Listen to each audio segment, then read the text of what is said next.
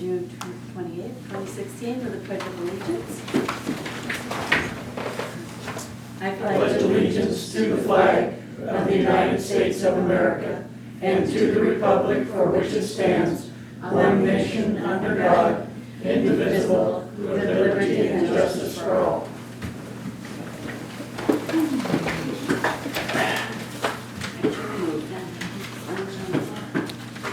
Do we have any public comment today? Frank? You just saying hello? Hello. Okay.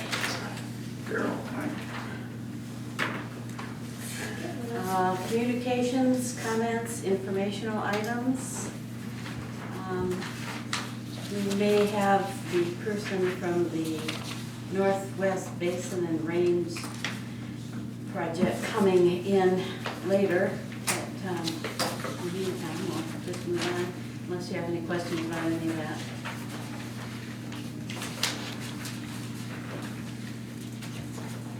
Ray, on the conference, we just need to let you know if we're going to be attending. Yeah, I did give you a, yes, please. Okay. I think as I recall, the registrations are open the 1st of July. And so if you're planning to attend the September annual LLC conference, then I can start making the reservations. That's, again, I think it's all online this year. I haven't received anything in the mail. Or are you going to take care of it? I will take care of those. You always have it. Yeah, just let me know, I'll take care of it. Okay. Yeah. Consent calendar, several special sessions. Financials, any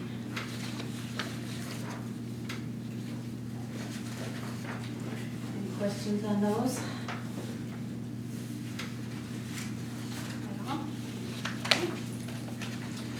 I move that we approve the consent calendar as shown. A second? Second? We have a second, a motion and a second to approve the consent calendar. All in favor? Aye.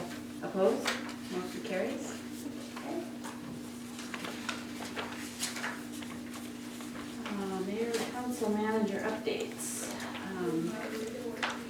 Myself, I went to a Saturday market meeting last week. They are now open for business. Last Saturday was the first day, so they'll be there into September. And other than that, just as we all have done, going to special meetings, we're going to have personnel things. So, Sharon? Got through the revised daily days. They had so much work in that, and there were so many things going on, but that was the problem. There were so many other things going on, and so the crowd was pretty disappointing, I think, and for all the work that some people, and Logan is amazing. I hope nobody finds that out. Don't print that, because everybody's going to be asking her to do, handle things for them, because she is really good at it.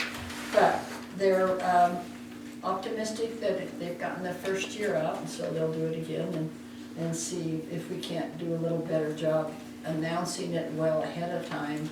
It will go back to the daily days weekend, so, or daily fund announcements. Went to a senior citizen board, have a whole bunch of new members there, and it looks interesting that things are going well so far. Getting ready for festival free flight with the chamber. That looks like it's being well handled and going to be a success, we hope. And I guess that's about it. Okay.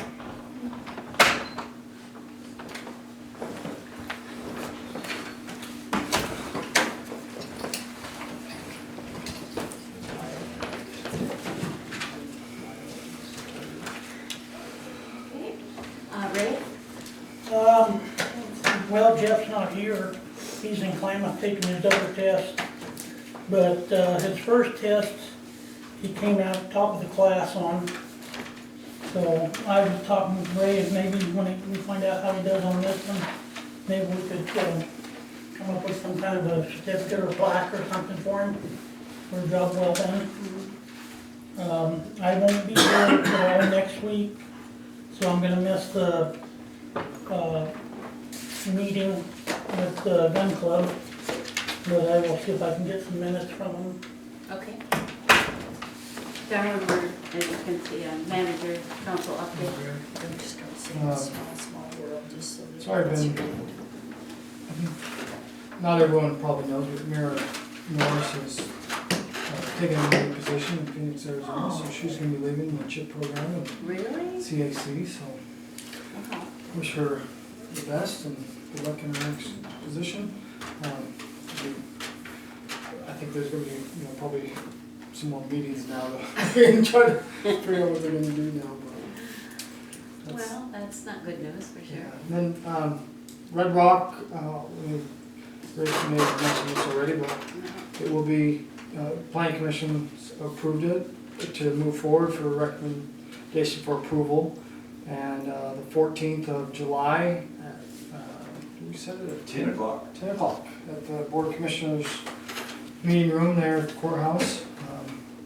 Lakeview Town Council will be there for that, and then also, Board of Commissioners, joint meeting, And, will be good. and another meeting on the 28th. Yeah, and then on the 28th as well, 2 weeks later, so. Okay. That's about it. Right. Attended an emergency services meeting after our special meeting the other day. It was a little late getting there, but got the brunt of what was going on. And they had a person there describing a 911 situation that's a new initiative across the United States for broadband 911 rather than the terrestrial towers that are used now, because if an earthquake hit, those towers probably would not be standing or wouldn't be aligned to be able to let our emergency services contact each other. So it is an initiative, and I think Oregon has jumped on board, and so they're asking all the agencies to at least be open to what is coming down the pipe. And so new changes are coming about in 911 and emergency dispatch, so it'll be interesting. Is that combined with what Scott Utley was talking about last time at our last meeting? No, Is this that's is all even just something new. It's, all yeah, new, it never yeah. changes in that world, I think, so Yeah. I hate to be Scott and try to keep up with it all.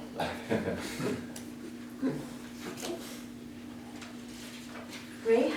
Yeah, just kind of to follow up with what Darwin was saying, your meeting schedule coming up in July. We did talk about having a work session on the 12th, your regular meeting date, to review the AOC priorities list that I gave you. And unless something else comes up, we'll probably, a half hour should probably be enough for that, I think. 3:30. So we'll probably plan 3:30 that day unless something else comes up in the meantime. What was that date again, Ray? That's the 12th of July. And then, of course, you have your regular meeting that afternoon following. Then the special combined meeting or joint meeting with the county commissioners is, as Darwin said, the 14th, July 14th, which is a Thursday morning at 10 o'clock at the commissioners meeting room. And that'll just be for the purpose of holding a public hearing on the Red Rock urban growth boundary adjustment. We put a copy of the notice that Darwin has sent out from the county planning with regards to this application. It's in your packet, so you have a list of all of the adjacent owners and the notice announcement and everything there. Wasn't there another date as well? There will be, July. yeah. So then your next meeting will be on July 26th, which is back to your regular meeting again. And then on the 28th, which is again a Thursday morning at 10 o'clock, will be the second hearing, second meeting with the county commissioners. Again, it'll be over there. One of the primary reasons for being over there is they have computer capability with maps and everything that they can put on their big screen TVs in the hearing room, so you can visualize and have to look through the booklet of all of the stuff where things are at. So anyway, at this point we have 5 meetings scheduled, work session and 4 other meetings in July. So you'll be a busy July as far as meetings go. And saying goodbye to somebody. On the 28th, 26th. Okay, we did have a couple people come in, so before we start on our, we don't have any old business, but new business. Did you have any public comment to make at all, or we, no? Okay. Either one of you? I don't understand you well, I'm sorry. I said, did you want to make a comment to the council? Yes, I would. Okay. Please stand and give your name for our recorder. Okay, thank you. I want to introduce myself to the council because not many of them know me. Well, not everybody knows me. I think we're going to be interacting here over time. And I appreciate you allowing me to speak to everyone here.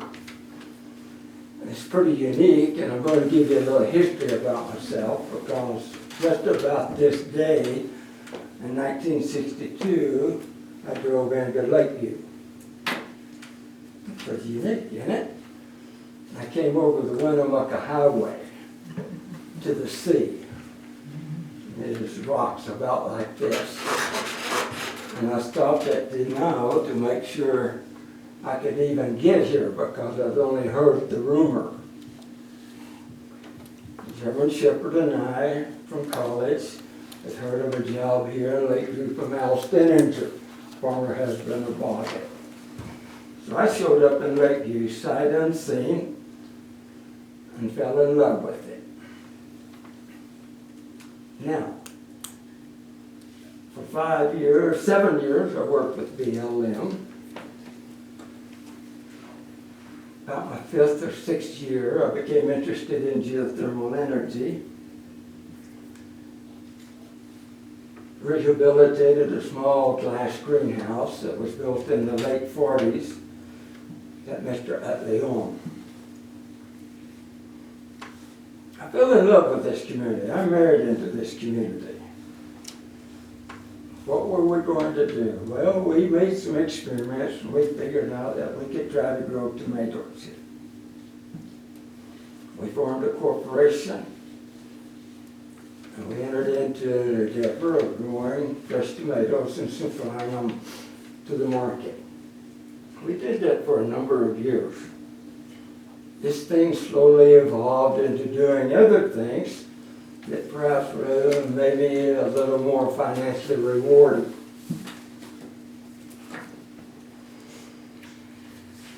And somewhere in the late 60s, my local marriage dissolved, maybe early 70s. I was single, a bachelor, about 10 years, something like that. Hard for me to keep track of time. I wake up, it's daylight, and that's a day. I don't keep track very often. Being single, wandering around, trying to figure out how to make a coin stay in my pocket.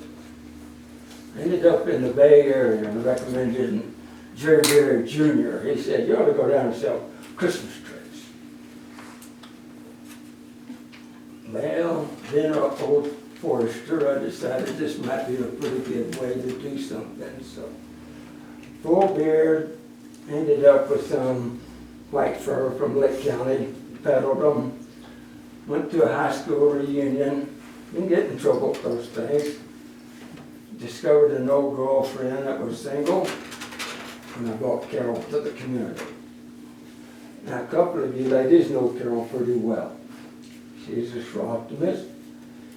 She's also, after 28 years of working with me, I was on the library board of endowment, hospital board, got the business award of the year one time. So that's us, Carol and I. And Carol won't ever be here.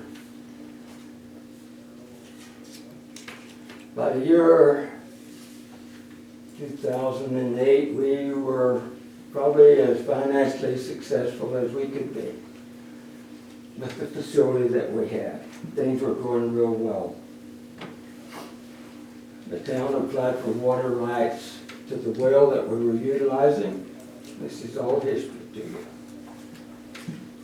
We wanted to work with the town all along. We had private agreements to utilize that well. My question I'd like to ask today, and I'd like to be on your agenda in August to continue this discussion. Because like I say, we're going to have to work together some way. But why in the world did the town go about it the way they did? Please answer that to me in August, okay? Because it destroyed us emotionally, it destroyed us financially. I would like to think about retirement like Mr. Sims here. He's not there now. So give us some of your time, some of your effort, and thank you for allowing me to speak to you today. I'm really deaf. I'd love to answer questions, and if you write them down, I will, but thank you. Thank you. I don't think anyone has questions at the time. Okay, thank you. I shouldn't, I haven't flat-footed. You need to contact us around the end of July to get on the agenda. I will keep in touch. Okay. Thank you very much. Incidentally, I live in town now in an apartment, so. Oh. Thank you all.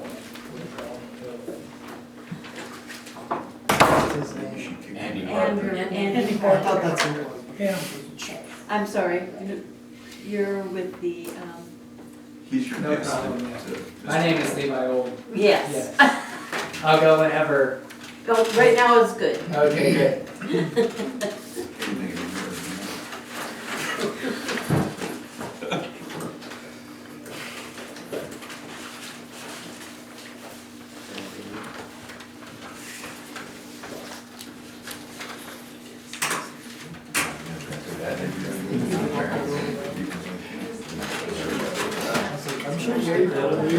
Yeah, maybe I'll send you guys a Yeah, that was good.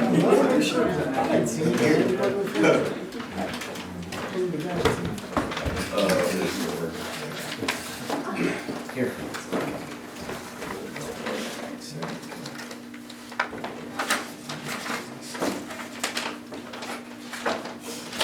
Thank you very much.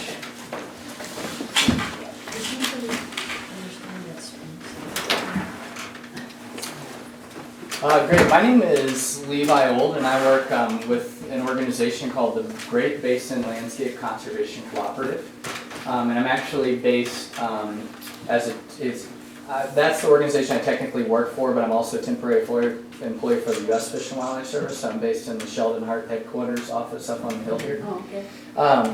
And we're starting a kind of a large, if you can see this boundary here, we're starting kind of a large landscape conservation planning project.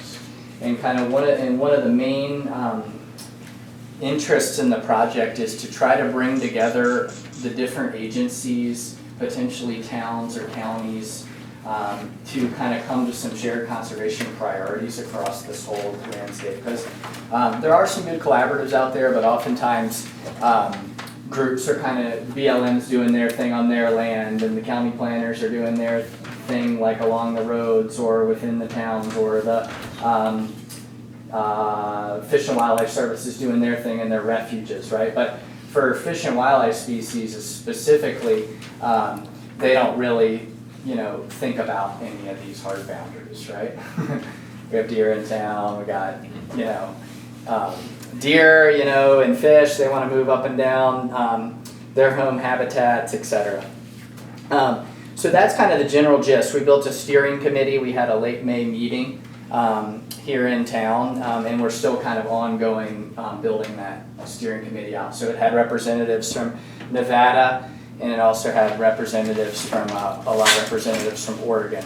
And they represented agencies and nonprofit organizations primarily. I've also been chatting with John O'Keefe with the Oregon Cattlemen's Association, and so the ranching community. I'm working on reaching out to kind of Pacific Core and also some of the local towns and counties that are represented here on our landscape.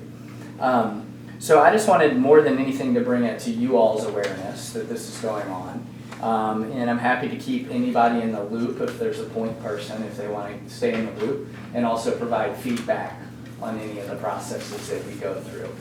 You'll notice that the town of Lakeview actually isn't even in the project boundary. And we drew, this is mostly sage steppe habitats through here.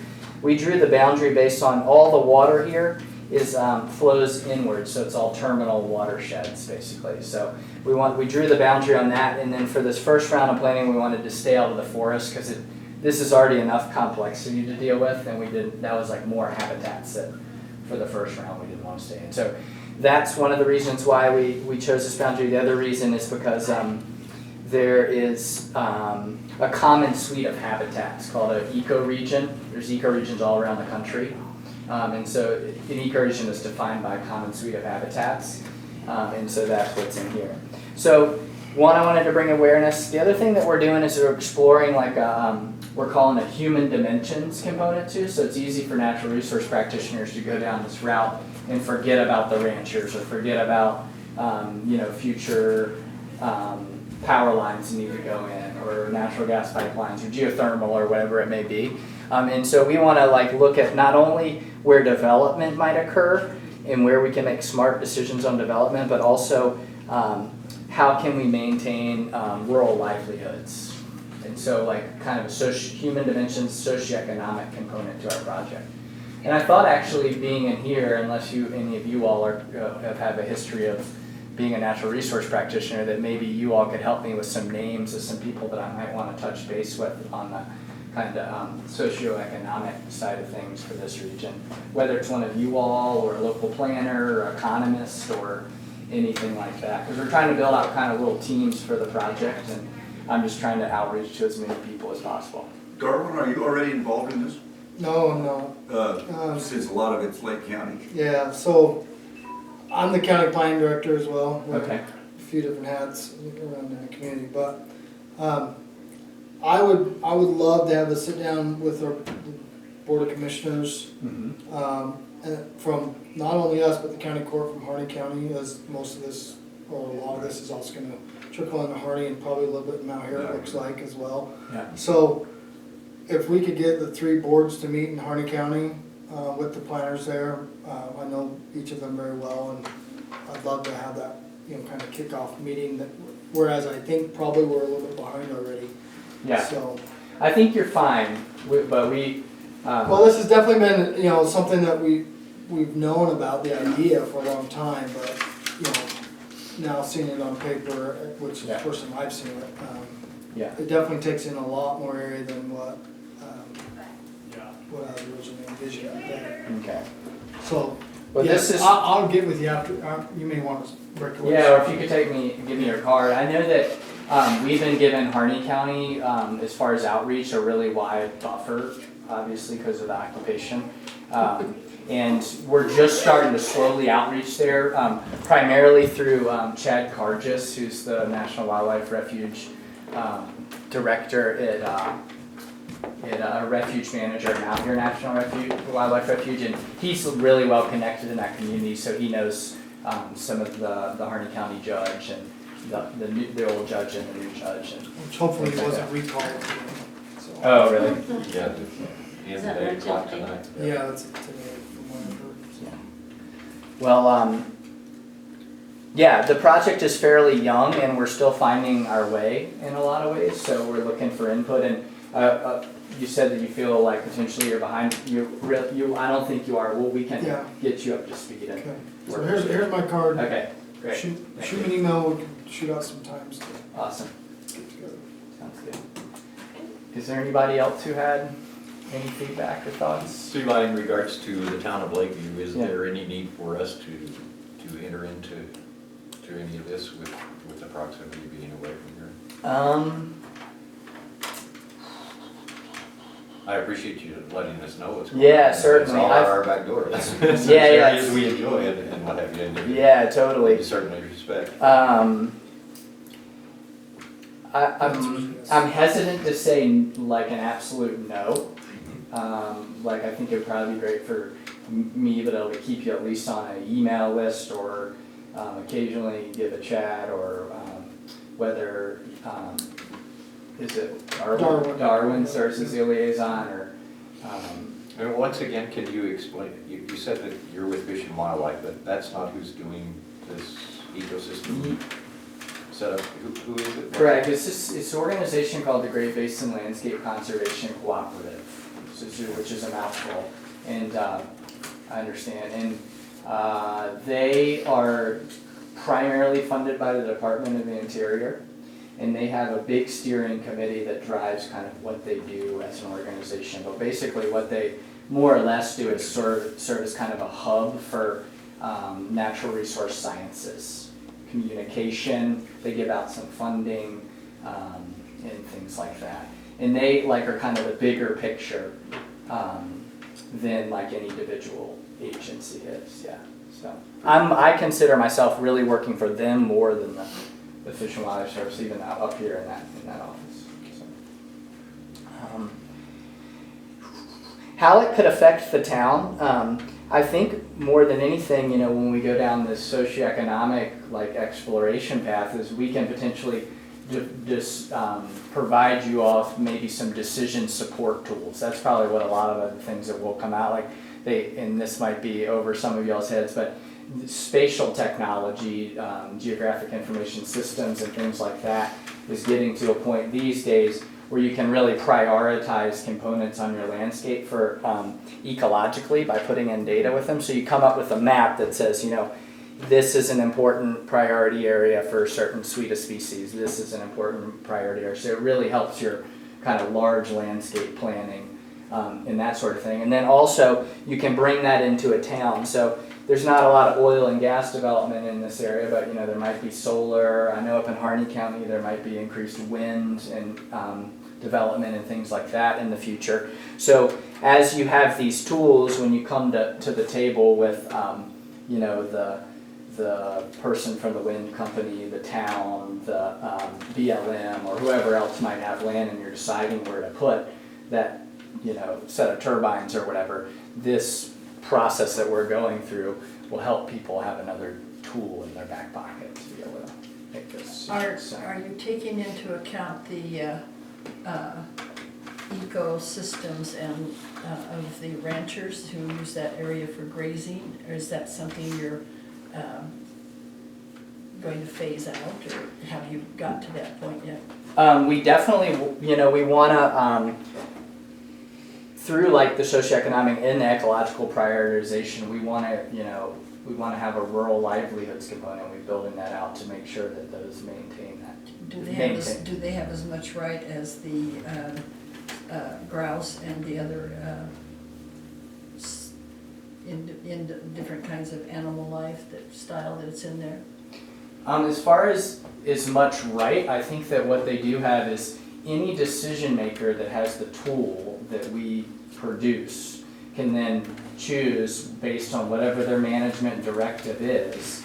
If it's the local economist who's really trying to promote ranching, or a BLM range ecologist that's trying to promote ranching, then they're probably going to weight the ranching interest higher, right? If it's specifically a sage grouse, they're probably going to weight the sage grouse higher. So the tool will be dynamic. So as a decision maker, you can choose what you want to choose and weight things differently. Does that make sense? Only to the extent that usually sage grouse, et cetera, win. So I'm kind of concerned about our people who have their ranching and their livelihoods out in an area that depend on the grazing lands being available to them. So I guess we'll see which one is more important. Yeah, I think that, we're trying as much as possible to be able to get the grazing folks at the table. I'm in touch with the executive director of the Oregon Cattlemen's Association, Jerome Rosa, and also the president of the Oregon Cattlemen's Association, John O'Keefe. And I have some just initial outreach to some Nevada ranchers as well. We also have, the BLM representative, and also the Department of State Lands, which is large, almost, they are a state organization, but they're heavy, they're very much grazing centric, the Department of State Lands. So Randy Weiss is the person there. And so by putting those people in the steering committee, the intention is that the ranching communities and that the rural livelihoods won't be compromised through this process. Are there other Department of Interior ranges such as this being studied, or is this a prototype? This concept is relatively young, but there are a lot of them going on around the country. And one of them is in the arid lands of eastern Washington. It's called the Arid Lands Initiative. There's another one in the Green River Basin where they're dealing with a lot of oil and gas development. So both within the BLM Northwest District? Well, I guess you go down to California here, so. Yeah, we have a little California, Northwest Nevada, and then this huge chunk of Oregon. So, but nothing, there's been stuff on the other side of the mountains in the valley, in the land that is similar to this. I kind of wonder if what Sharon was trying to ask is this done after the sage-grouse dilemma that we all saw? Yeah. But we also with the That's- spotted that's- owl. That's the reason Yeah. for this study, is that, I mean, This study, we're really trying to steer, like, we will use some of the sage grouse information as one species, but we see that as kind of a single species approach. And so, and we are trying to use more of a suite of species on the ecological side of things. On the human dimensions thing, I think we want to work more of the socioeconomic studies and look at that sort of thing as a tool for decision makers, and not necessarily do what the Sage Grouse Initiative did. Ideally, this is more proactive. The sage grouse has the threat of the Endangered Species Act. That drove this, right? The spotted owl, driven by the Endangered Species Act because it was listed, right? This is not driven by regulations. Well, you asked us, one of our questions was how much importance does this have to the town since we're not in it? But let me tell you, the spotted owl had a huge influence on our town.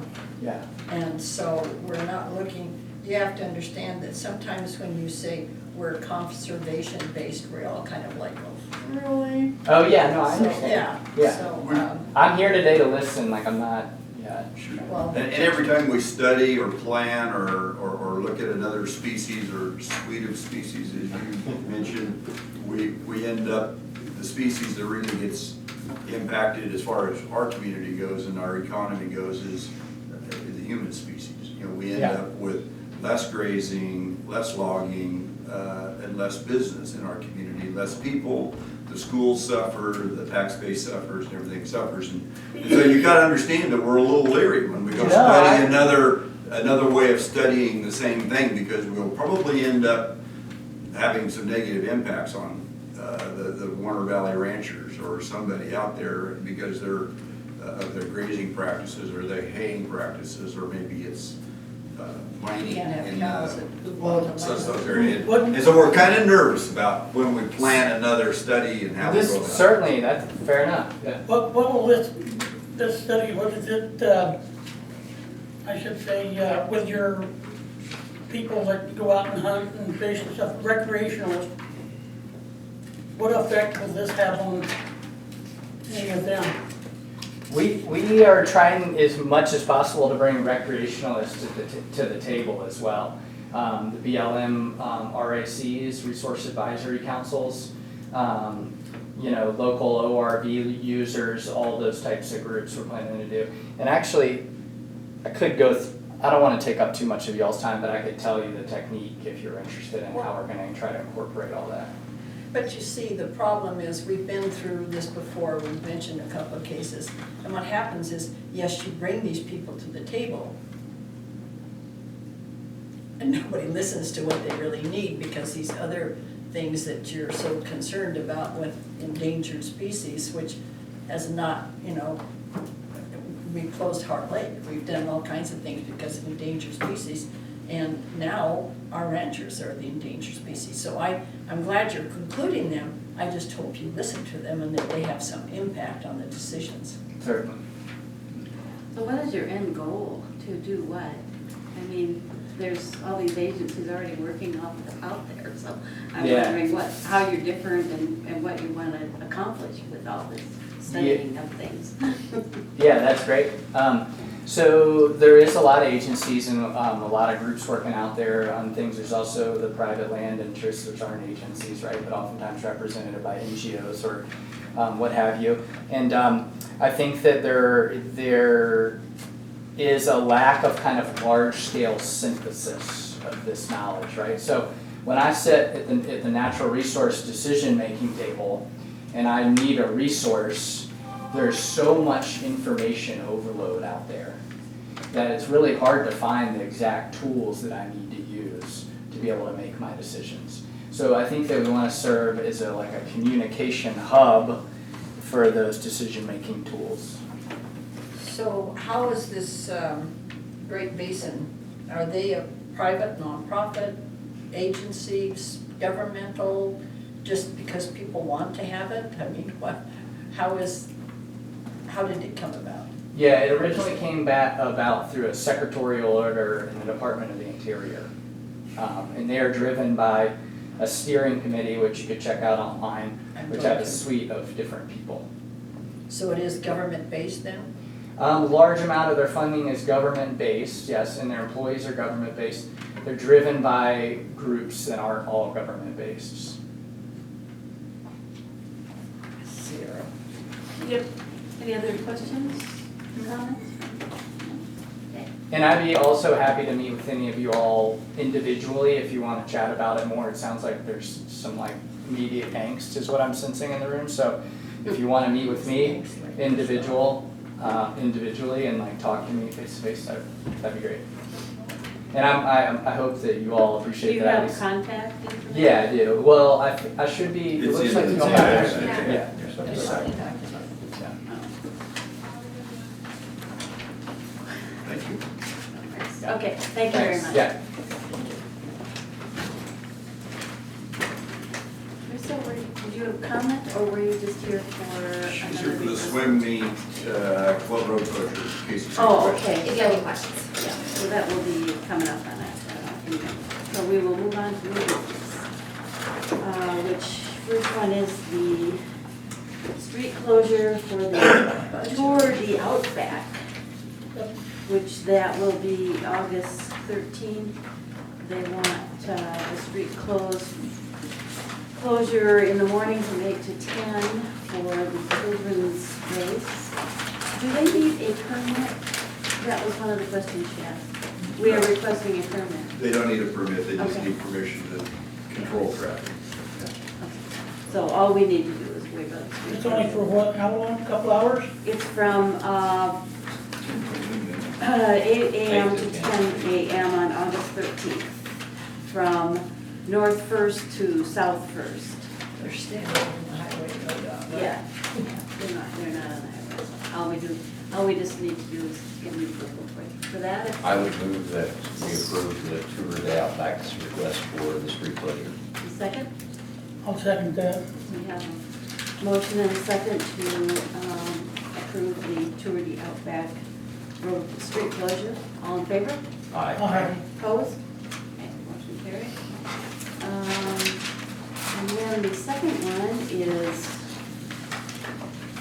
for the kids triathlon, which is through the Lake District Hospital.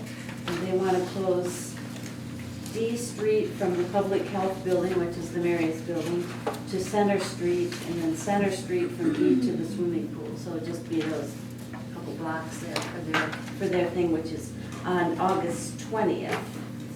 And the times are from 8 AM to 1 PM. And just a point, it's when they say close, everybody knows when I talk to anybody about these closures that, we try to restrict traffic and slow down traffic, that we don't have, if there's emergency vehicle needs and local access has to happen or something, those things are understood and accepted.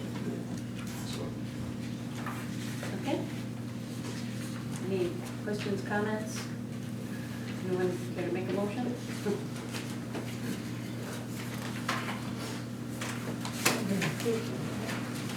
I would move that we approve the closure of the streets for the triathlon. Is that what it is? Kids triathlon. So second, Second it.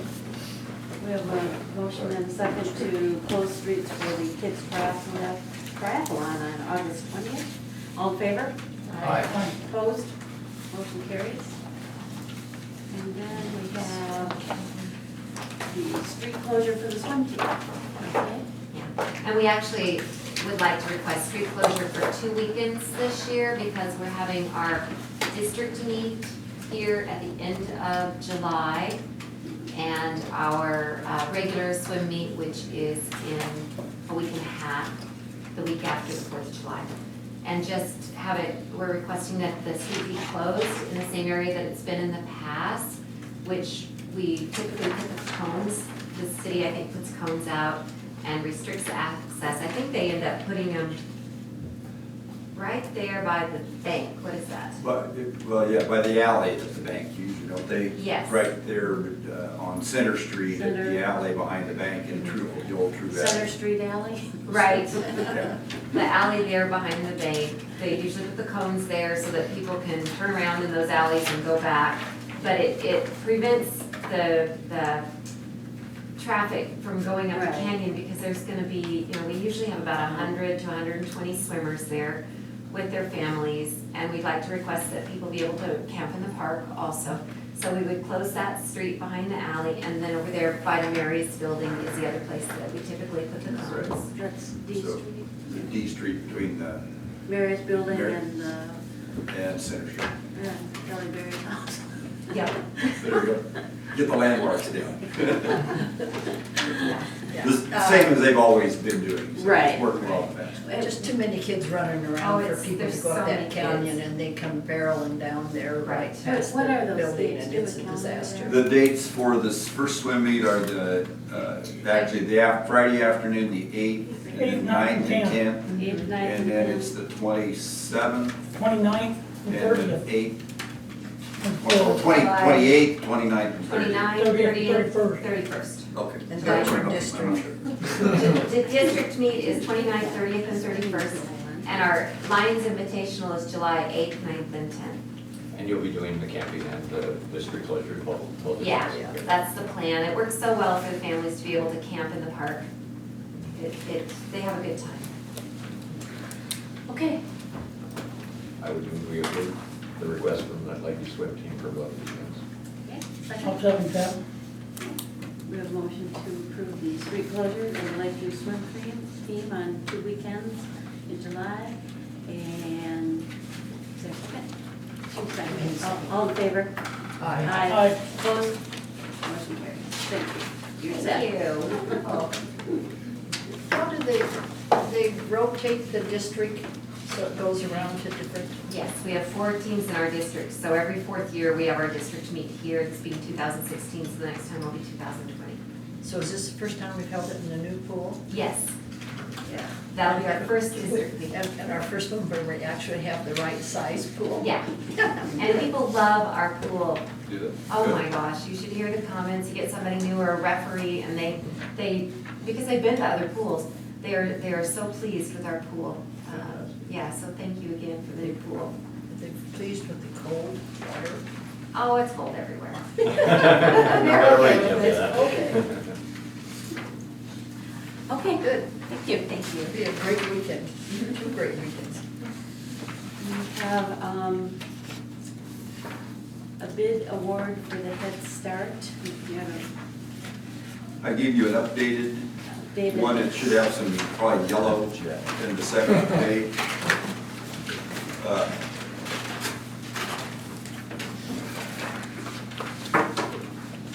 The persons from infrastructure finance, the CDBG contact persons wanted a little extra language from the one that was originally in your package. What we have from Daryl's here, he can answer the questions. The low bidder for the project was Diversified Contractors out of Klamath Falls. We do have experience with them in the past. The most recent project they've done for the town was the geothermal installation from the Berry well to the schools and the hospital. And so they've worked here before, and we had good experience with them at that time.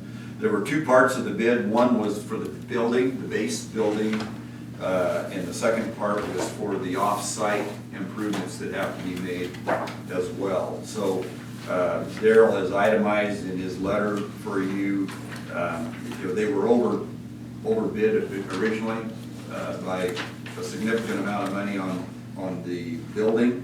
Through Daryl and John Harms and I working with DCI, we've been able to reduce their bid amount by $212,000 approximately to get it down within budget, leaving us with a $44,000 contingency roughly for the building part of the project. We lowered the walls for one thing, for 12 to 10 foot walls for one thing. That was significant. We took away all the outside landscaping. They're going to have to do that by, through volunteers and donations and other ways to do their yard and some of that. But, what we have to do, of course, is with CDBG, we have to provide the essential building and all of the connections to the building that will make it a functioning operation. So we have the base bid for the building, as Daryl has outlined it, and then the other items are the alternate bid item on the front page of what we gave you. They're listed 1, 2, 3, 4, 5, 6, 7 six of them all together with the total, again, with DCI, because we were looking at the low bidder for the total project of $158,364. There's not enough money at this point to do all of those things. Head Start, Vicky's here, they've applied for a grant from Ford Family but have not heard the result of that. That's a $67,000 item that they've asked for roughly. There's about $40,000 or $45,000 of other monies available from Head Start already. And as you can tell from the rest of your agenda today, at least to get this project within budget and moving forward at this time, and we talked about it in our budget committee meeting, and the possibility of loaning them up to $50,000 for the geothermal line connections, bringing it from M Street up to their building. They would then repay that over a 5-year period of time and as additional monthly payment in addition to the heat that they will use. Sandy asked me earlier how they would pay for that, and Vicki and I had this discussion. Her comment to me was they're paying $1,150 rent right now. The building it's insulated, I'm sure, about 50 years ago. Our electricity bill is so high, and gas for the fuel for heating, that the new building will be so, efficient, and there isn't the rent, and the only, and so that money's all dedicated to maintenance of the building and upkeep, and the monthly payment for the geothermal would be part of that. But if I don't have it from the Ford Foundation, I'm still writing grants for the second phase playground. I'm still planning to look for it instead of having to do the 5-year. So if you get the Ford, you pay. That's for the off-site work that makes up for the difference with the $45,000. Yeah. So we're asking you on the bid alternates this time to approve the geothermal line installation, the curbs and sidewalks, and that's going to leave with the money that we know we have, roughly $20,000 of contingency and the off-site things that as money becomes available from another grant, we can then begin to add these alternatives that have been bid back into the project. But this gets it within project bid, gets the project moving ahead, and we got to get started on it. So that's where we are. We need for you to award the base building bid, as Daryl has outlined it, as well as the 3 alternatives. The revised one on page 2 is what we're Yes. looking at. Right. Yep. Okay. Any questions from the council?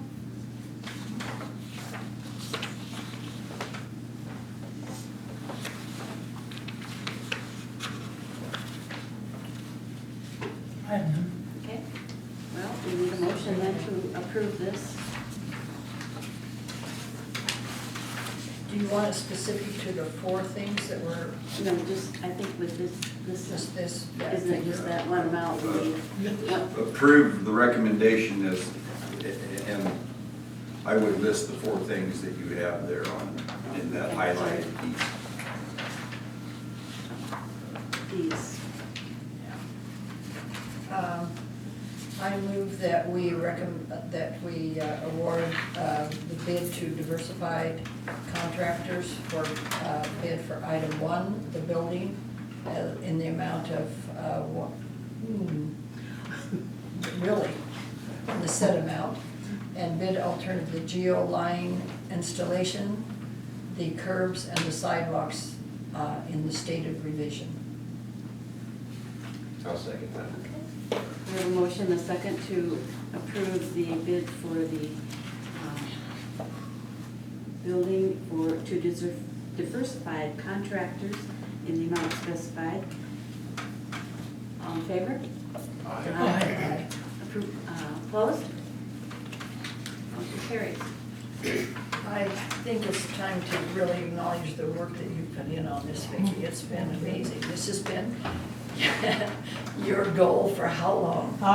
Yes, and I'm retiring next year, and, you know, the landscaping is someone else's project to get grants for.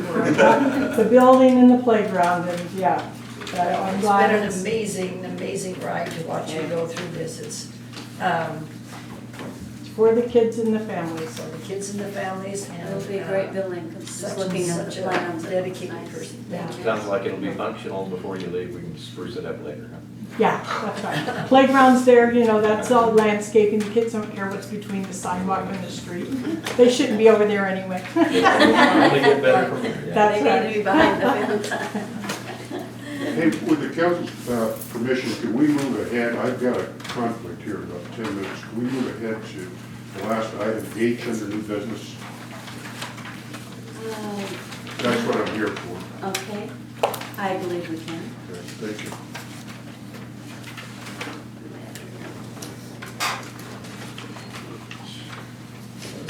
We're making budget transfers. No, the ordinance adopting the comprehensive plan amendment. Yeah, it's actually probably changed to number. Yeah, it's, okay, that's in this second, okay. Probably number I. Okay, I'm sorry. It's the ordinance that we have. That's right. There was something else added. Okay, I don't have the most recent one. Okay, thank you. This is ordinance number what? It's ordinance number 856. It's an ordinance adopting a comprehensive plan and development code amendment by providing for specific uses within the town's industrial commercial subdivision. Do you have anything you want to?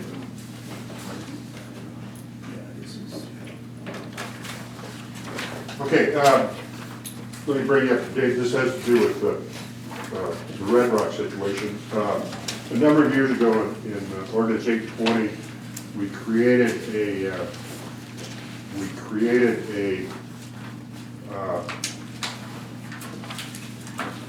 Industrial commercial.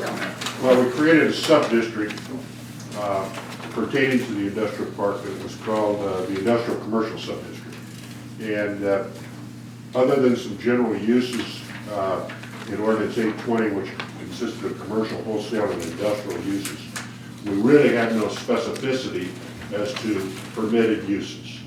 And the purpose of the ordinance before you is to amend our comprehensive plan by providing for a specific use within that sub-district, and that specific use is as set forth in section 2 on page 3 of the ordinance.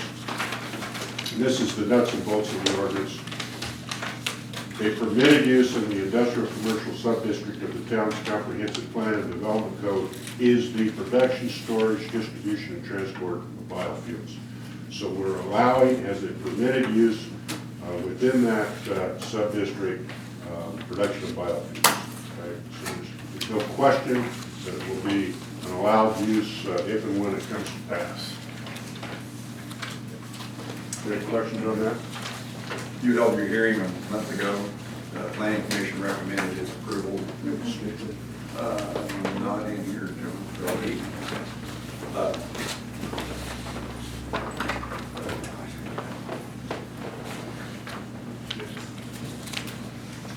This, as an ordinance, I think you were talking about it early on, yeah, this does require two motions, one to read by title only, and the second one to approve the ordinance by title only. I would move that we read by title only this ordinance and vote on it that way.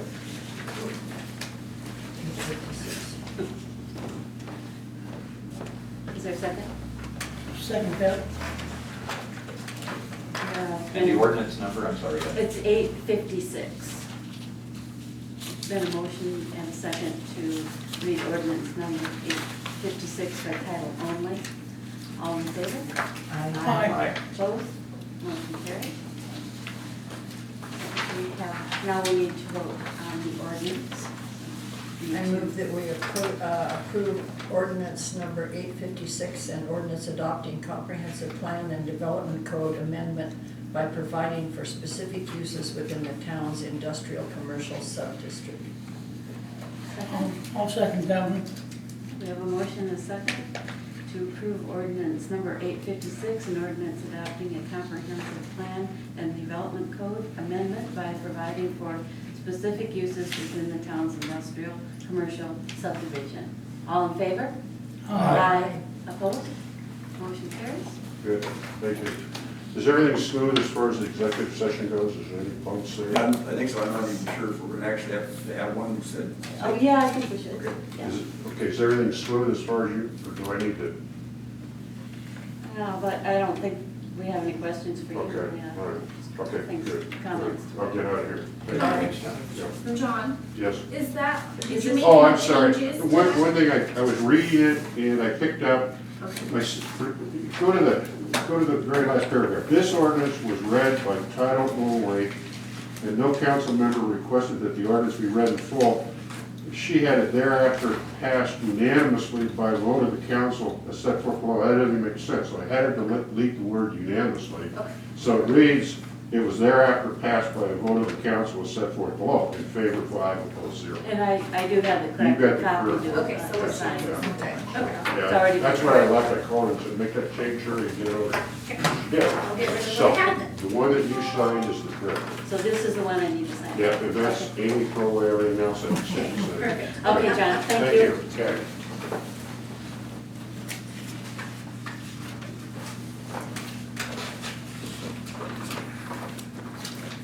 Okay, and I'm gonna give you the signed copies. Perfect, thank you. Okay, we will go back to our agenda resolution number 888 in the matter of Lakeview Town Council commitment to loan geothermal funds to the Klamath Family Head Start. And this is a resolution, so we only need one. This, I think, concerns the geothermal thing we were just talking about with the other motion on the bidding. So it's for the loan. This is one you're hoping to avoid. Yes, It's yes, there yes. if you need it. And that's 88. It's 888. Which one are we on now? We're on We're on the Head Start. geothermal loan to Head Start. Okay.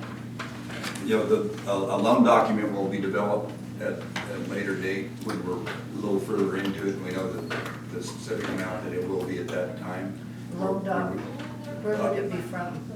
John, we will prepare it. John, this will be a loan But from who are you. we borrowing the money from? Well, it'll be in your geothermal fund. It's in your Oh, very okay. well geothermal. I see. Fund. It's Okay. there, we budgeted for it.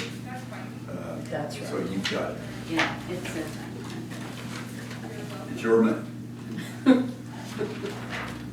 I move that we approve resolution number 888 in the matter of the Lakeview Town Council commitment to loan geothermal funds to Klamath Family Head Start. Is there a second? I'll second.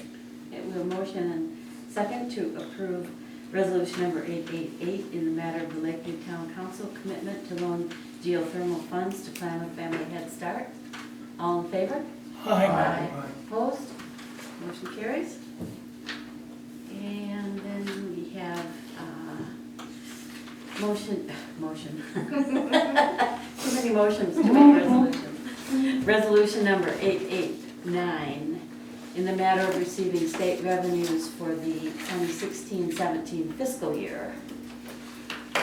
We, as we talked again in our budget committee and maybe last week, or 2 weeks ago, but the town does receive from the state of Oregon what was called revenue sharing, it's kind of general fund funds. But you have to every year specifically agree to accept those money.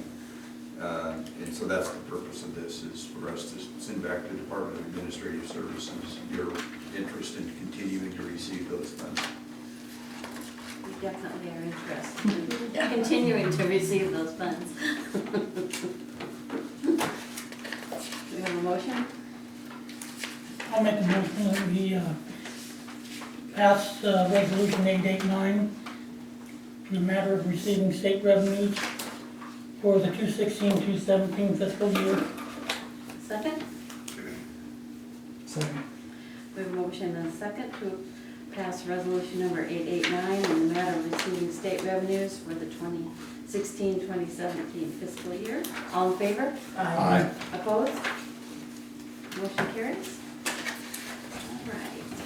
And the next one is resolution 890, the matter of adopting the annual operating budget for the fiscal year 2016-2017, making appropriations, and imposing and categorizing taxes and levying taxes. That's us. Again, the exercise we all, in government entities, have to go through before the end of June to operate July 1st. And then these things go to the assessor's office following, by the 15th of July, in order for them to impose the taxes and do all the things that they do over there. I move that we pass resolution number 890 in the matter of adopting the annual operating budget for the fiscal year 2016 through 2017, making appropriations, imposing and categorizing taxes and levying taxes. Second. We have a motion and a second to approve resolution 890, the matter of adopting the annual operating budget for the fiscal year 2016-2017, making appropriations, imposing and categorizing taxes and levying taxes. All in favor? Aye. Aye. Opposed? Motion carries. And one more. Resolution number 891, in the matter of making budget transfers from general fund contingency for fiscal year 2015-16.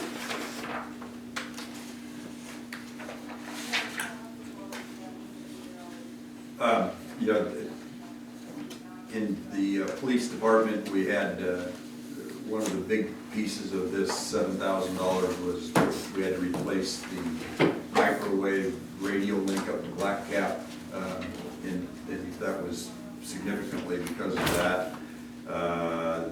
The vests, it's primarily vests that we bought this year, but we do have 2 new employees, and so we hadn't budgeted that much for vests this year. And the third one is overtime in the fire department, and of course this is shared between fire and 911. However, on the 911 side, the contingency is already in the 911 budget, so we don't have to move it around there. In this instance, though, we do need to move some money to the fire overtime, because, and the reasons for this was, as most of you know, we've had 2 staff turnovers, we've had, of course, vacations, and we had 1 surgery, and those sorts of things that have caused our overtime, to be high between here and 911. So, every year we try to manage the overtime in the fire 911 department to a lower level, and every year there's something new that comes along that causes it to continue to be high. So, but that's the purpose of it. And, brief explanation as to why we have so much overtime there. I would move that we approve resolution number 891 in the matter of making budget transfers from the general fund contingency for fiscal year 2015 and 16 as stated. Second? Second. Okay, we have a motion and a second to approve resolution number 891 in the matter of making budget transfers from general fund contingency for fiscal year 2015-2016. All in favor? Aye. Aye. Opposed? Motion carries.